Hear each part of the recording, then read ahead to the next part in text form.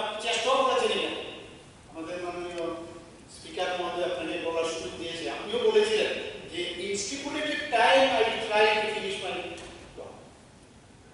Stipulated time is, তো যাই হোক পরবর্তী সময়ে আপনি হয়তো একটু আফসোস থেকে গেছে, কিন্তু এটা আমরা নেক্সট টাইম আমি মাননীয় স্পিকার মহোদয়কে বলবো যে ওনার যে আফসোসটা আপনি মিটিয়ে দেন।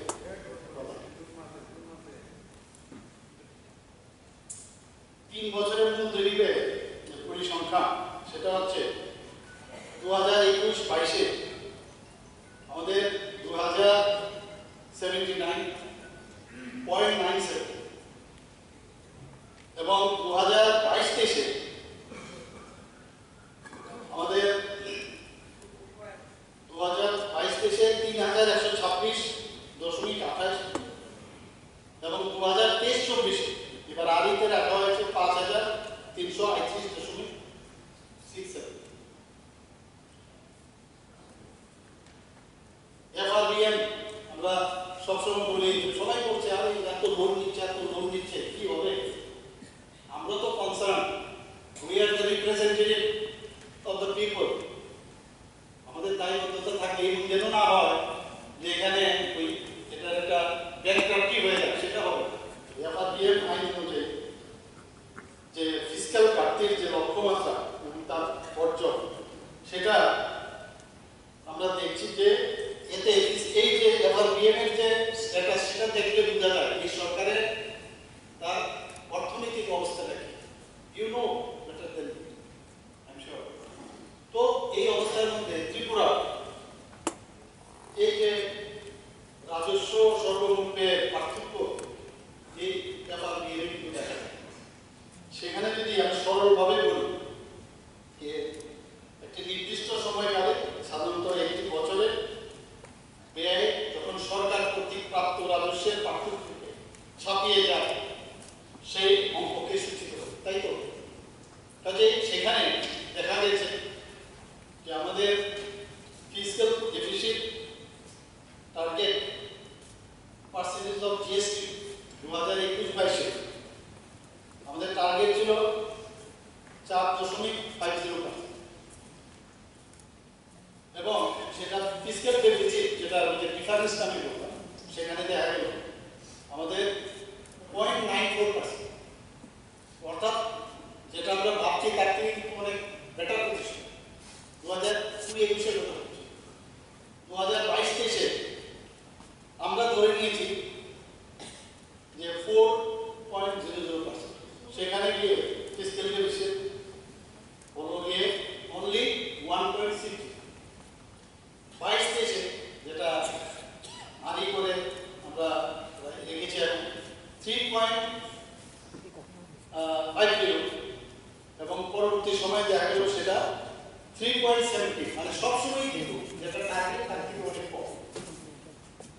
এবং এতে করে প্রমাণ করে যেটা আমি বলছিলাম এটা এই যে সূচক, এই সূচকে আমরা কিন্তু সেটাকে জাস্টিফাই করতে পারি। আমি ধন্যবাদ দেব মাননীয় অর্থমন্ত্রী। বারবার বাজেট ঠিক আছে, অনেকে অনেক কথা বলে যে আমার এখানে ওই ব্রিজটা কেন হয়নি, স্পেসিফিক আমার এরিয়ার কথা বলে বাজেট সর্বাঙ্গীন হবে, সব জায়গায় হতো। এখানে স্পেসিফিক কারণ না, হয়তো এক দুটো জায়গায় কিন্তু আসে বড় প্রকল্প হলে, কিন্তু এতে করে কিন্তু বাজেট সর্বাঙ্গীন হয়। এটা পুরো ত্রিপুরার বিষয় নিয়ে আলোচনা কি আমার কাছে আছে, আমার রিসোর্স কি, সোর্স কি, আর খরচ প্রপারলি হচ্ছে কিনা, ইট ইজ ভেরি ইম্পর্টেন্ট। মাননীয় সাহেব বলেছেন যে ঘরের ভিতরেও বাজেট একটা দরকার, আর বাজেট করতে গেলে প্রপারলি আগের থেকে, এর জন্য বলে আগে এবং বি, আমি এটা আগের থেকে চিন্তা করে যে এতটুকু হবে পরে দেখার জন্য না, এটা আগের থেকে মানে বি আবার চেঞ্জ হচ্ছে, কমতেও পারে বাড়তেও পারে। এই বিষয়ে তো আমাদের কমার্সের স্টুডেন্ট আমি না, কিন্তু এই এর মানে এটাও শিখতে হয়েছে, এবং আপনাদের আলোচনার মধ্যে আমি জিতেন্দ্রবাবুর থেকে অনেক কিছু শিখতে পেরেছি। অনেকে যারা প্রকল্প অনেক বলার চেষ্টা করেছে, উনি তো আরো আইনজ্ঞ, পাশাপাশি ইনকাম ট্যাক্সেরও প্র্যাকটিস করেছেন, অনেক কিছু জানেন, ওনাকে অ্যাপ্রিসিয়েটও করেছে। এখানে আমরা যে রাজস্ব নিজস্ব কর, আগে আমার প্রত্যেকে কর আসে আমাদের জানার দরকার, সবাই জানে সবাই। তবু আজকে বাজেট যেহেতু আমার অনেক বিষয়গুলো আমরা যদি জানি আমরা আরো সমৃদ্ধি হব। যে কোনো সময় বাজেট হলে এটা বাজেট সাবজেক্ট আমার মানে ফিনান্স মিনিস্টার আমার না, এটা যেন না যে কেউ যে কোনো জায়গায় আসতে পারে, তারা বিরোধীতে আসে আসতে তারাও হয়তো একদিন এই চার্জে আসতে পারে। এই ধারণাটা যখন থাকবে তখন যে কোনো জায়গায় যেভাবে রাখে কি ওর শিখে নেওয়া উচিত। গণতন্ত্রতে এই ধরনের বাজেট আমাদের যে 202 ধারা সংবিধান, বাজেট পেশ করতে হবে, বাজেট নিয়ে কথাবার্তা হবে এবং এখানে যারা যারা বাজেট নিয়ে এখানে আলোচনা রেখেছে আমি আবার বলছি সত্যি প্রশংসার দাবি রাখি এবং ওনাদেরকে আমি ধন্যবাদ দিচ্ছি। আমরা জানি একটা বাজেট একটা নির্দিষ্ট সময়ের 1 বছরের বাজেট তৈরি হয় এবং সেটা সাধারণত 1 বছরের জন্য তৈরি হয়। অর্থনৈতিক পরিকল্পনা, সমস্ত আয় ও ব্যয়ের যে রূপরেখা অর্থাৎ একটা নীল নকশা 1 বছরের জন্য তৈরি হয়।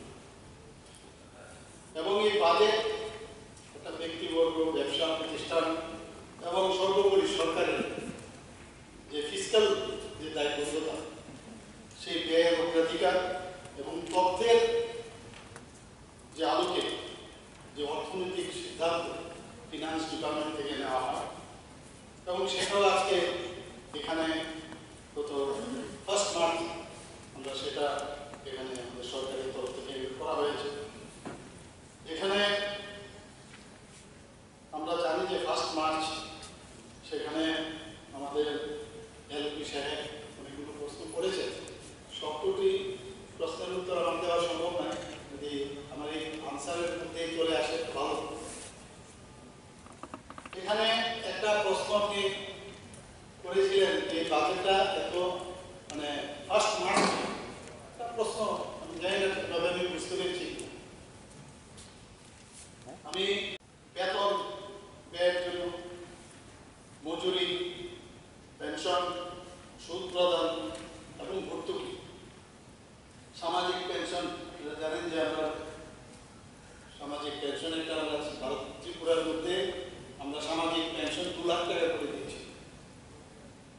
700 থেকে 2000 টাকা করে দিচ্ছি, 700 থেকে 1000 করার পরে ডাবল করে আমরা 2000 করছি।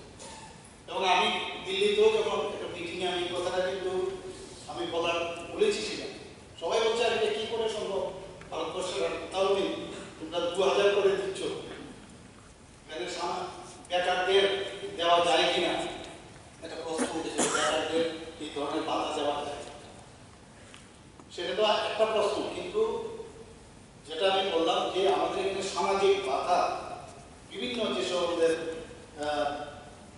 মানে প্যারামিটার আমরা দিচ্ছি, বিশাল বিষয়।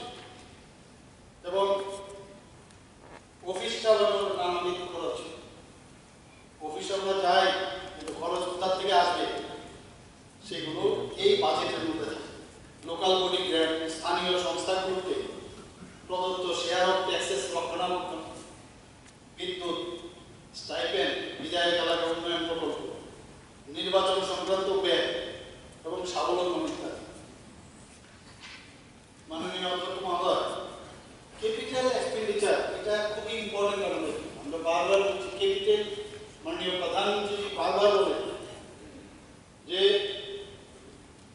যত মূলধনী ব্যয় ক্যাপিটাল এক্সপেন্ডিচারের জন্য লাগবে তত বেশি আগামী দিনে পার্মানেন্ট স্ট্রাকচার হবে, সেই পার্মানেন্ট স্ট্রাকচার থেকে আগামী দিন তার ইনকাম জেনারেশন হবে এবং যারা বেকার আছে তাদেরও কর্মসংস্থানের সুযোগ হবে। তো এর জন্য আমি মাননীয় অর্থমন্ত্রীকে আমি ধন্যবাদ দেব যে 2024-25-এর বাজেট বরাদ্দে 23.86% এই মূলধনী ব্যয়ের মধ্যে রয়েছে, যেটা আমি বললাম পরিকাঠামো সৃষ্টি এবং পূর্বে নেওয়া ঋণ পরিশোধ ইত্যাদি। এখানে আমাদের মাননীয় বিধায়ক শ্রী গোপাল চন্দ্র রায় মহোদয়, উনি ইনকাম ট্যাক্সের অ্যাডভোকেট, আপনি ছিলেন না, আবার উনি রিপিট করেছেন এবং আপনার যথেষ্ট জ্ঞান এই বিষয়ে আছে। আপনার সাথে আজকের থেকে পরিচয় নেই। গোপাল বাবুর কথা চিন্তা হবে মনে হচ্ছে যেন সেই বই বই নিয়ে সেই ইনকাম ট্যাক্সের কি বিষয় আমাদের নিজস্ব কর যে রাজস্ব আসে তার এখন বর্তমানে মানে অনুমিত ৩,৭৪৮ কোটি টাকা। অলরেডি আপনারা দেখেছেন সেই বাজেটে তার উল্লেখ করা হয়। এই যে কর কোথা থেকে আসে? জিএসটি থেকে, আমাদের ভ্যাট থেকে, excise duties, road development cess, motor vehicle tax, stamps and registration, provisional tax, electricity duty এবং ল্যান্ড রেভিনিউ। আপনাদের কাছে আছে এতে করে আমরা দেখেছি যে 2023-24 যেটা রিভাইজ বাজেট মানে এটা যেটা এখন বাজেট এস্টিমেট আমরা দিয়েছি সেটাও আবার পরবর্তী সময়ে এটা রিভাইজ বাজেট। তো সেই অনুযায়ী দেখা গেল আমাদের এবার যেটা আমি বললাম যে ৩,৭৪৮.০০ করোড়। আমাদের যে নিজস্ব কর যেটা আমরা পাই তাছাড়াও অনুমিত অকরও আছে রাজস্ব, সেটা প্রায় ৪৭৫ কোটি টাকা। এইটা কোথা থেকে আসে? প্রাকৃতিক গ্যাসের রয়্যালটি, টিএসআর মোতায়েন, যারা ডেভেলপমেন্ট চাই আমরা বাইরে অনেক জায়গায় টিএসআরকে পাঠিয়েছি, সুদ, বনজ সম্পদের বিক্রয় থেকে প্রাপ্তি, তার লাভাংশ ইত্যাদি। এর থেকে এই যে অকর রাজস্ব সেটা আসে, সেটা ৪৭৫ কোটি টাকা। রেভিনিউ এক্সপেন্ডিচার রাজস্ব ব্যয় 2024-25 মাননীয় অর্থমন্ত্রী যেটা এখানে পেশ করেছেন সেই বাজেট এস্টিমেটে 76.14% এই উদ্দেশ্যে বরাদ্দ করা হয়। 76.14। তো এই যে বরাদ্দটা রেভিনিউ এক্সপেন্ডিচার নিয়ে আমরা সবসময় আমরা আমাদের রাজ্যকেও চালাতে হবে, আমাদের সবসময় বলি ত্রিপুরা শ্রেষ্ঠ ত্রিপুরা করতে গেলে আগে বুঝতে হবে আমার কাছে ঠিকভাবে কোথা থেকে পয়সা আসছে এবং ঠিকভাবে খালি গিলিয়ে দিলাম আর ব্যাংক্রাফটিতে চলে আসলাম, সেটা তো সম্ভব নয়। এর জন্য আমরা কি কি বিষয় আমাদের দিতে হবে? আমরা বলি চাকরি দিতে হবে, সবাই চাকরিও দিচ্ছি আমরা, এবং চাকরি দিতে গিয়ে যেটা ঘরে ঘরে প্রায় কথা শুনি আমরা যে ঘরে ঘরে রোজগার, ঘরে ঘরে কোথায় গেল আপনাদের?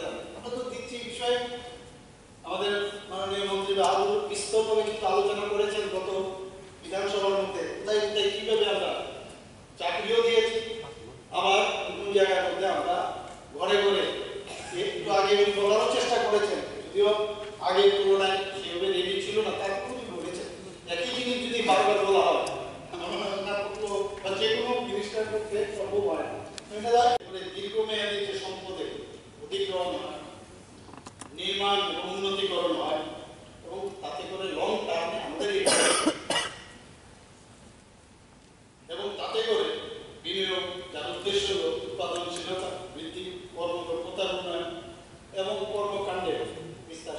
আমি একটা বিল্ডিং করলাম, সেই বিল্ডিং এর বাইরে থেকেও আমরা দিতে পারি, কাউকে ইনভেস্টর যদি আসে সেখান থেকে আমার কর্মসংস্থানও হবে, আমাদের ত্রিপুরার ছেলেমেয়েরাও কাজ করবে।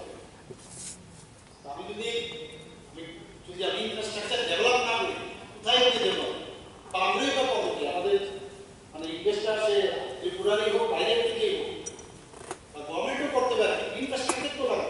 একটা হসপিটাল যদি চালাতে চায়, হসপিটালে ইনফ্রাস্ট্রাকচার যদি বেশি হয় তবে তবে রুগীর বেশি করে তার পরিষেবা দিতে পারে। যেখানে পড়াশোনার বিষয় হচ্ছে অনেক সুন্দর আলোচনা হয়েছে, এডুকেশন যদি ভালো ভালো ইনফ্রাস্ট্রাকচার স্কুল কলেজে ইনফ্রাস্ট্রাকচার যদি ডেভেলপ করা যায়, টেকনিক্যাল কলেজগুলো বা জেনারেল কলেজগুলো যদি ইনফ্রাস্ট্রাকচার ডেভেলপ করা যায়, নিশ্চয়ই এটা দীর্ঘমেয়াদী বলছি আমরা, সেখানে তবেই আমরা সেখানে ঢুকতে পারবো। এবং সেই বিষয়ে আমাদের এই বাজেটে আমি দেখলাম সেটা উল্লেখ করা হয়েছে। এবং শুধু তাই নয়, এই ক্যাপিটাল এক্সপেন্ডিচার শুধু ইনফ্রাস্ট্রাকচার মানে ঘর বা এইসব বা দালান রিক্সের বিষয়, এখানে দেখা যাচ্ছে জমি, খবর, যন্ত্রপাতি, কবজা, গাড়ি, পরিকাঠামো প্রকল্প ও গবেষণার পরিকাঠামো গড়ে তোলা যায়।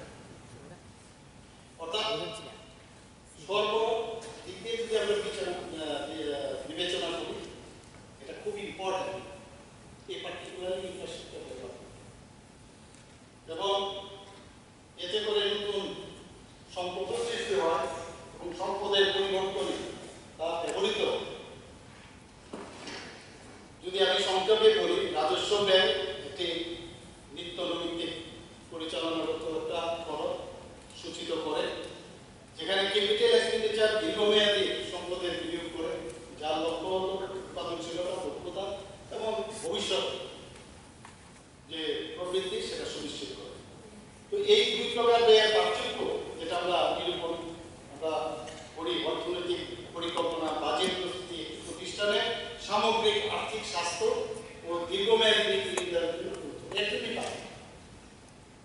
এখন এতটুকু তো আমি বাজেটের আলোচনায় আমি নিজেও চেষ্টা করলাম কি বাজেট, কমার্সের তো স্টুডেন্ট নাম, আমাদের এজিএমসি এবং জিবিপি হাসপাতাল পরিসরে 200 বেডের একটা মাল্টি কেয়ার হেলথ ইউনিট তৈরি করা হবে এবং তা পিএম ডিভাইনের আওতায় আসে।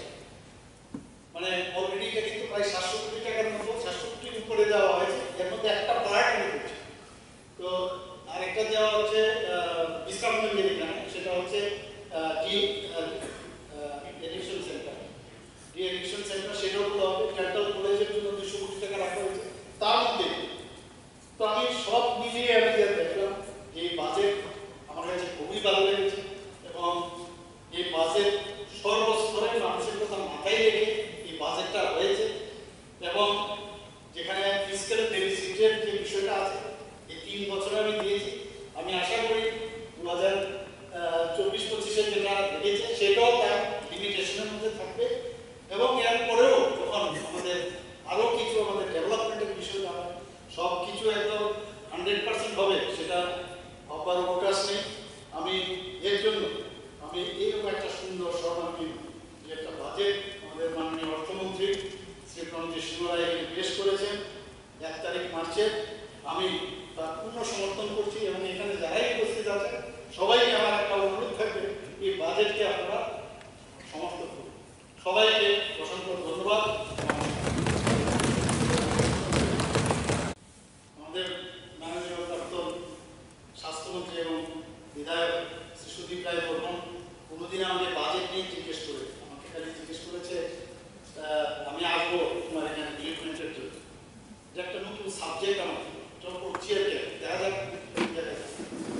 But I am enjoyed. এবং সবচেয়ে বড় হচ্ছে এখানে এত বিজ্ঞ লোক আছেন, আপনার এক্সপিরিয়েন্স, সত্যি আমি বলছি বারবার ধন্যবাদ দিচ্ছি যে এই সুযোগে প্ল্যাটফর্ম পাওয়ার জন্য। অনেক কিছু বুঝতে পারছি, শিখতে পারছি এবং মেইন উদ্দেশ্য হচ্ছে আলটিমেটলি যে একটা ট্রান্সপারেন্সি থাকতে হবে। হয়তো কোনো জায়গায় ভুলভ্রান্তি হতে পারে, ভুলভ্রান্তি আপনারা ধরাচ্ছেন, আমাদের যারা আছে তারাও ধরাচ্ছেন, আমাদের নতুন যারা এখানে আছে, তো সেটা মিলে আমরা চাই যে আপনারা মাঝে মাঝে বিদ্রুপ করে বলেন কিনা জানি না, কিন্তু আমরা যেটা বলি শ্রেষ্ঠ সেটা সত্যিকার করতে প্রমাণ হতে চাই। এবারে বাজেটের যে বিষয়গুলো আমি বেশি কিছু বলবো না, কারণ এখানে ডিসকাশন হয়েছে, কয়েকটা পয়েন্ট খালি বলবো, কারণ আমার ধন্যবাদ দিতেই হবে আমাদের মাননীয় অর্থমন্ত্রী প্রণজিৎ সিংহ রায় মহোদয়কে, যে কি পরিশ্রম এবং তার টিম যেভাবে পরিশ্রম করেছে এবং আমাদের সময় এবার মানে স্বল্পতা ছিল, একদিকে এইদিকে যাওয়া ওইদিকে যাওয়া, তার মধ্যে ঘড়ি কথা বলা, 10 মিনিট নিয়ে আমাকে বললেন আপনার সাথে বসতে হবে, এই যে বসে আলটিমেটলিটা দাঁড়া করাবে এবং এখানে দাঁড়া করালেও হবে না যে কিছু করে দিলাম উপর থেকে বলে দিলাম, বাট উই আর সিনসিয়ার যতটুকু সময় এবং এই সময়ের প্রতিটা সেকেন্ড আমরা ইউটিলাইজ করি। এখানে এই বাজেটে যেটা আমরা বলি ইনক্লুসিভ, অন্তর্ভুক্তিমূলক এবং ভবিষ্যৎ ও প্রবৃত্তি অভিমুখী, বাংলাও শিখছে নতুন শব্দ, তো বাংলা লিখতাম এখন এই বাংলা পড়তে গিয়ে লিখতে গিয়ে এগুলো প্রতিদিনই এভরিডে আসলাম, আমরা সবাই জানি এভরিডে এখানে এই বাজেটের সবচেয়ে যে জিনিসগুলো আমি দেখলাম এখানে যারা সশক্তিকর মহিলা সেই বিষয়টা এখানে মহিলারা ছাড়া 50% জনসংখ্যার হচ্ছে 50% মহিলা এবং এই বাজেটে আমি দেখলাম যে যেভাবে নারীদের যাতে তাদের আরো বেশি স্ট্রেংথেন করা সামনের দিকে এগিয়ে নিয়ে গেল সেটা যারা আগামী দিনের ছাত্রছাত্রী এখন আছে এবং আগামী দিনের যুবা তাদের জন্য এই বাজেটের মধ্যে তার মাঠ আমরা দেখতে পেরেছি, মাঠ প্রসঙ্গী করেছে। শুধু তাই না, এটা একটা মানে আমি বলবো ট্রান্সফর্ম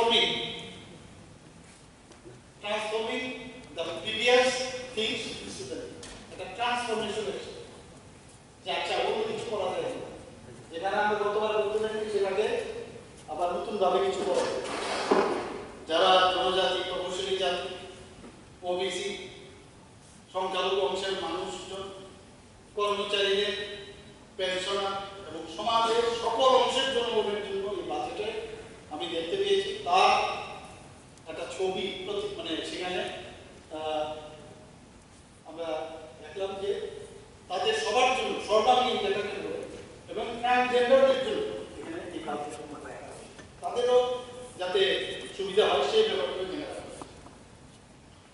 এখানে যে ক্যাপিটাল এক্সপেন্ডিচারের মূলধনী ব্যয় হলো 6,633 কোটি ৮০ লক্ষ টাকা, এবং যা 2023-24 সালে এখানে মাননীয় বিধায়কগণ অনেকে বলেছে যে পার্সেন্টেজ বলেছিলেন যে অনেক জায়গায় কম।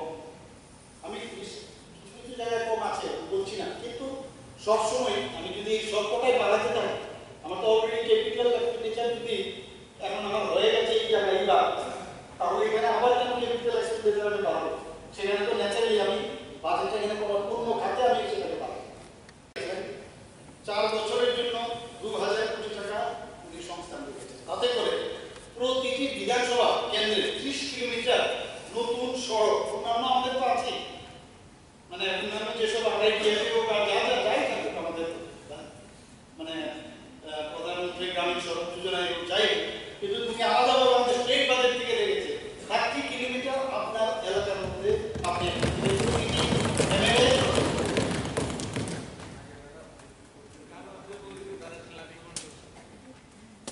কর্মকাণ্ডের জন্য 3,070 কোটি 63 লক্ষ টাকা বরাদ্দ রাখা হয়েছে। এবং তাতে দেখা গেছে যা বিগত 23-24 অর্থবর্ষের তুলনায় আবার সেখানে 17.54% বেশি। সব জায়গায় তো পার্সেন্টেজ বেড়েছে, অভিনীত কোথাও। এখানে আরেকটা জিনিস আমি দেখলাম, এটা নিয়ে আমার সাথে আলোচনা হয়েছিল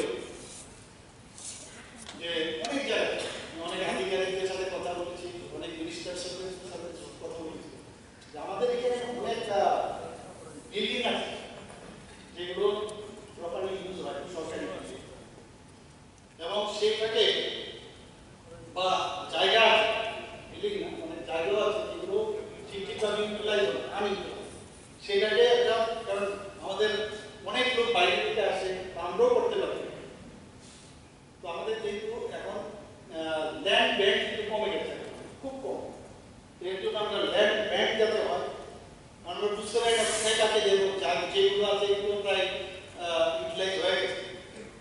এর জন্য একটা নতুন, যেটা আমি বলবো যে একটি ভূমি ব্যাংক তৈরি করা হবে, যার অধীনে সরকারি ভূমি বিকশিত করা হবে, তারপর সেই ভূমি বিভিন্ন ব্যবহারকারীকে লিজ দেওয়া। শুধু তাই নয়, যেটা আমি বলার চেষ্টা করেছিলাম, এই জমি বেসরকারি জমিরও প্রয়োজনে যদি মনে হয় যে না এটা সাফিসিয়েন্ট না, আরো বেশি জায়গা, সেখানেও বেসরকারি জমিও প্রয়োজনে ক্রয় করা হবে, এবং সরকারি ভূমির সাথে যদি এটাকে অ্যাটাচ করা যায় তাহলে একটা বড় প্লট হবে বা বড় জায়গা হবে। এর জন্য ইনিশিয়ালি 10 কোটি টাকা রাখা হবে। আমি মাননীয় অর্থমন্ত্রীকে ধন্যবাদ দেবো, এবং এই ধরনের যে একটা ইনোভেটিভ আইডিয়া, যেটা হলো ট্রান্সফরমেশন, আগের বার ট্রান্সফরমেশন, যা আগে করতে পারি তো প্রতিদিন কাজ করার নিরিখে নিশ্চয়ই আমাদের নতুন নতুন আইডিয়া হবে। আমরা রাজ্য সরকার স্বাস্থ্যসম্মত শৌচের উপর বিশেষ গুরুত্ব দিচ্ছি। যেখানে অনেকবার এখানে আমাদের বিরোধী দল নেতা পরিবেশ মহোদয় বারবার, উনি কিন্তু আমি দেখেছি সব বিষয়ে নজর দেয়। এখানে মার্কেটের বিষয়ে আমরা কথা বলেছি অলরেডি, যে বাতের পারে যে এখানে লেক তৈরি, এটা নিয়েও কিন্তু অলরেডি একবার কথা হয়েছে এবং হবে, একটা জায়গা আমাদের আছে। পারবেন না এখানে যদি এত পার্সেন্টেজ গত বছর চলে গেল কেন কমিয়েছে, তো যেটা বানিয়েছে সেটাও করতে হবে।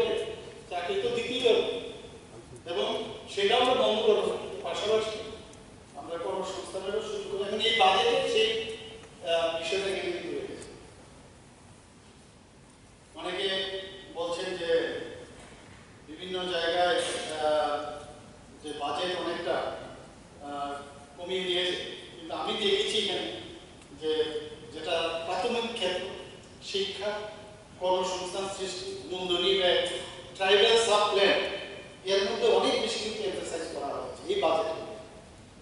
এই বাজেটে 1721,94,00,00,000 টাকা এগ্রিকালচার নিয়ে কিন্তু অনেকে বলেছেন, আমি জানি না কোন বেসিসে বলেছেন, আমি যতটুকু বুঝেছি বা পড়েছি এর মধ্যে দেখা গেছে এখানে আমাদের মাননীয় কৃষিমন্ত্রী যে আছেন উনি আমার থেকে বেশি বলতে পারবেন যে কৃষি ও কৃষি সংশ্লিষ্ট ক্ষেত্রে বরাদ্দ করেছে যা বিগত যে বাজেট হয়েছে তার থেকে 19.88% মানে এখানে বেড়েছে।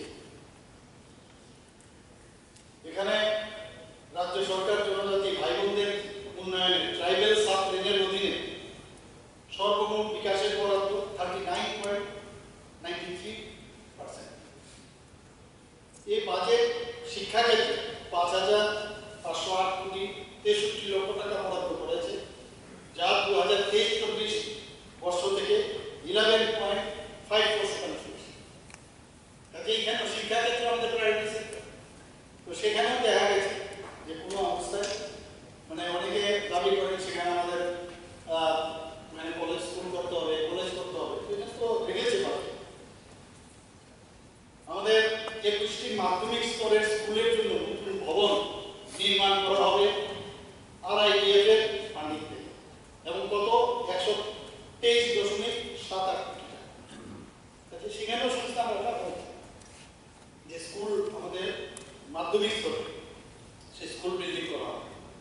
আমাদের সমস্ত বিধানসভা এটা একটা অত্যন্ত ভালো জিনিস আমি বলবো, এবং সেটা মাননীয় অর্থমন্ত্রী যে বারবার আমাকে আকারে দিচ্ছিলেন যে এটা কিন্তু করতে হবে। সমস্ত যারা আমাদের MLA সাহেবরা আছেন, মিনিস্টাররা আছেন, সবাই যার যার এলাকায় কিছু একটা করার, সবাই চায় যে তাদের কেন মানে শক্তিশালী না করা। মানুষ আসে তখন বা বলতে হয় যে দেখো আমার কারণে আমার এরিয়ার মধ্যে এত কিলোমিটার রাস্তা হয়েছে, এবং আমি ওনাকে ধন্যবাদ দেবো, বারবারই ধন্যবাদ দিতে চাই, কিন্তু মাঝে মাঝে কম করবো, মাঝে মাঝে বেশি করবো।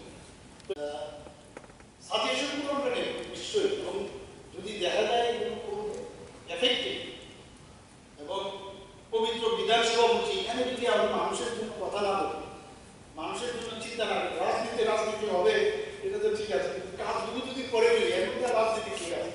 যে কাজ করবে মানুষ ওকে সমর্থন করবে। এখন আমাদের সুযোগ এসছে, আমি কেন কাজ না করে আপনি কি শুনতে হবে, এটা তো আমাদের অ্যাডভান্টেজ আমরা নিতেই হবে। তো সেই জায়গায় দাঁড়িয়ে আমি দেখলাম যে এই স্বাস্থ্যসম্মত সোচের জন্য নতুন ডিমান্ড করা, এতে এর জন্য 139,96,00,000 টাকা বরাদ্দ রেখেছে। আমরা জানি যে রাস্তাঘাটে বিভিন্ন জায়গায় আমরা দেখি বিশেষ করে মহিলা, ছোট ছোট ছেলে মেয়েরা তাদের হঠাৎ করে যখন টয়লেটের বিষয় দাঁড়ায়, তো প্রাকৃতিক কল যেটা সেটা যখন আসে তারা কোথায় যাবে, কারণ যেগুলো আছে এগুলো বোঝা যাচ্ছে না মেল না ফিমেল টয়লেট। তো সেগুলো আমি বলছি, আমি বারবার বলছি যেগুলো তৈরি করা হয়েছে, এবং আমি যতটুকু মনে আছে যেগুলো তৈরি করার পিছনে হাইকোর্টের একটা ডিরেকশন ছিল, এবং আমি বারবার বলছি যে এইগুলোর জন্য প্রপারলি মেনটেন্যান্স হয়। আমরা বহু জায়গায় বাড়িতে যখন যাই বসে থাকি, বাইরের লোক দাঁড়িয়ে থাকে, যাওয়ার সময় বলে যে জল ঠিকভাবে বেরোবার সময় এটা করতে হবে, আমরা ওই জায়গায় যেতে হবে যে ওই টয়লেট বা ওই সব জায়গায় একজনের বাড়ি, তার বাড়ির কি কন্ডিশন, আমাকে একজন বলেছিলেন যে তার প্রথমে গিয়ে ওর টয়লেটটা দেখেছিল, বাথরুমটা দেখে বুঝতে পারবে ওর স্ট্যাটাসটা। তদ্রূপ আমাদের ত্রিপুরাতে যদি কোনো জায়গায় এই ধরনের টয়লেট থাকে সেটা যদি দেখে আসে ত্রিপুরার স্বাস্থ্য ব্যবস্থা কীরকম, বা একটা হসপিটালের মধ্যে হসপিটালের যে কন্ডিশন বেটার কিনা, ওই ভিতরে গেলে আমাদের ইচ্ছা আছে সেগুলো অবশ্যই আমাদের জোর দিতে হবে। সবাই মিলে আমরা দেখবো তার জন্য যাতে এই শিশু এবং মহিলাদের যাতে তাদের সম্মান এবং তাদের প্রপারলি সেটা ব্যবহার করে। 85 পিঙ্ক টয়লেট দূর থেকে বোঝা যাবে পিঙ্ক টয়লেট। এর জন্য যারা মহিলা বাচ্চা